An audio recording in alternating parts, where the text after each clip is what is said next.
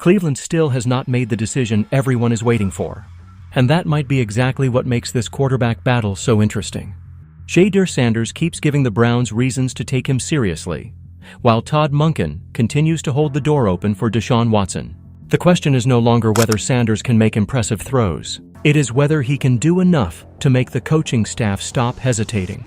At this stage of camp, every practice rep matters. Sanders isn't simply competing against another quarterback. He's competing against experience, expectations, and a veteran whose name still carries enormous weight inside Cleveland. That's why one good throw won't win this battle. Sanders needs to show consistency, command, decision-making, and the ability to operate the offense when everything around him gets chaotic. And that's where the recent practice work becomes important. Sanders reportedly showed sharp accuracy during red zone work, connecting on a high percentage of his attempts while producing multiple touchdowns. Those numbers alone don't decide a quarterback competition, but they become meaningful when they're combined with what observers have noticed about his timing and ball placement. One of the throws that grabbed attention involved Jerry Jeudy.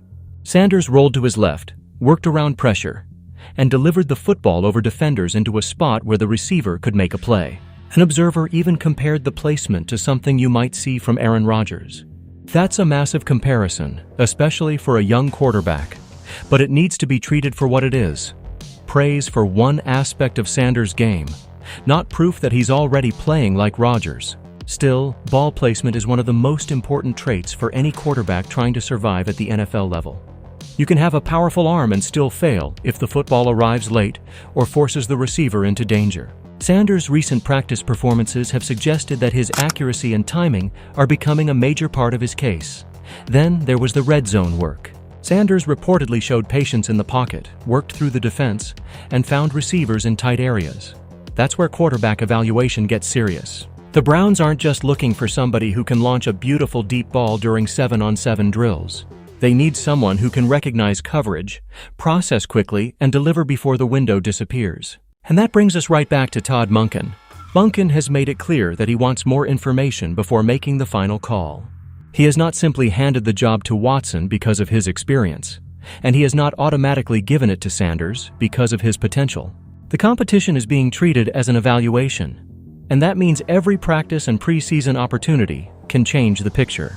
That's frustrating for fans who already believe Sanders has done enough.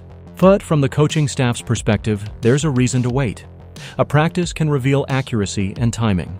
A preseason game can reveal how a quarterback handles real pressure, unfamiliar defensive looks, communication, mistakes, and momentum swings. And Watson still matters.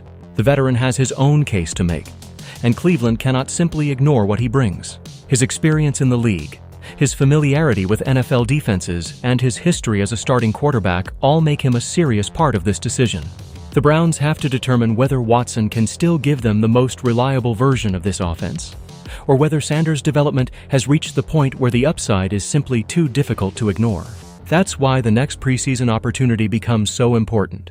If Sanders plays well, the conversation changes. If he struggles, the Browns suddenly have another reason to keep the competition alive. And if both quarterbacks perform well, Monken faces the exact problem he has been trying to avoid: choosing between experience and momentum. The competitor's argument is that Cleveland is deliberately creating doubt around Sanders, but that's impossible to prove from the outside. What we can see is that Monken is refusing to rush the decision, even while Sanders continues to build positive moments on the field. And that distinction matters, because Sanders doesn't need Monken to praise him publicly. He needs to make the decision harder every single day. If the rookie keeps stacking accurate throws, keeps protecting the football, keeps handling pressure, and starts dominating meaningful preseason reps, eventually the coaching staff may run out of reasons to keep saying, "We're not there yet."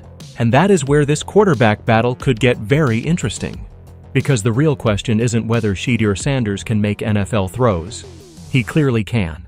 The real question is whether he can make enough of them, consistently enough, that Cleveland has no choice but to put the entire offense in his hands. And the next opportunity could tell us more than all the practice debates combined. The next opportunity is where this quarterback battle starts getting serious, because eventually practice highlights stop being enough. Cleveland has to decide who can actually run this offense when the defense is trying to take the game away. That's where Shedeur Sanders has his biggest opportunity yet. The Browns don't need Sanders to look perfect, they need him to look dependable. Can he get the offense lined up quickly? Can he recognize pressure before the snap? Can he make the safe throw when the big play isn't there? Can he recover after a mistake instead of letting one bad play become three? Those details may matter more to Todd Monken than a spectacular touchdown during practice. And Sanders has already shown flashes that make the decision difficult. His accuracy has attracted attention. His timing has improved, and his ability to put the football in reachable spots has become one of the strongest parts of his case. But now comes the harder test: consistency. That's also why the Deshaun Watson side of this competition cannot simply disappear from the conversation. Watson has something Sanders doesn't have yet: years of NFL experience. He has started meaningful games, played against complex defenses, and experienced the pressure that comes with being the quarterback everyone expects to perform. Even if Sanders has more momentum among certain fans, Cleveland's coaching staff has to evaluate both players on what they can provide right now. And there's another factor that could quietly decide everything: chemistry. A quarterback doesn't play alone. The Browns need to know which passer can build the strongest rhythm with the receivers and backs around him. If Sanders continues developing timing with players like Jerry Jeudy and the young running backs, that chemistry could become a major advantage. A quarterback who knows exactly where his receiver will be and when the ball needs to arrive can make an offense look completely different. That's where the ball placement conversation becomes more important than the flashy comparisons. Forget Aaron Rodgers for a second. The real question is whether Sanders consistently puts his teammates in position to succeed. If receivers don't have to stop their routes, reach behind them, or adjust unnecessarily, the offense becomes faster and more efficient. But there is a catch. The Browns cannot make this decision based on one impressive stretch. A quarterback competition is built on a body of work. Sanders needs to prove that the strong moments aren't isolated flashes. He needs to stack them together until the coaching staff can confidently say that his floor is high enough to trust him with the starting job. That's why Monken's caution may actually be more understandable than the loudest voices online want to admit. When a coach says he's not ready, that doesn't automatically mean he's against the player. It can simply mean he's trying to collect enough information to make a decision that could shape the entire season. If Monken believes Sanders is the better quarterback, rushing that announcement doesn't make Sanders better. Waiting until the evaluation is complete may be the smarter move. But the pressure is building. Every strong Sanders practice makes the decision more difficult. Every quality preseason possession adds another piece of evidence. Every time he handles pressure without panicking, the argument for giving him the job becomes stronger. And if Watson fails to create the same kind of momentum, Cleveland could eventually reach the point where experience is no longer enough to keep the door open. That's the moment Sanders is chasing. Not a headline, not a viral clip, not another comparison to a Hall of Fame quarterback. A decision. Because if the Browns eventually hand him the starting job, the expectations will change immediately. Suddenly, nobody will care that he's a rookie or that he needed time to adjust. Every interception becomes a debate. Every bad game becomes evidence for the people who doubted him. Every big throw becomes proof that Cleveland made the right call. That's the pressure waiting on the other side of this competition, and it could be exactly what Sanders needs.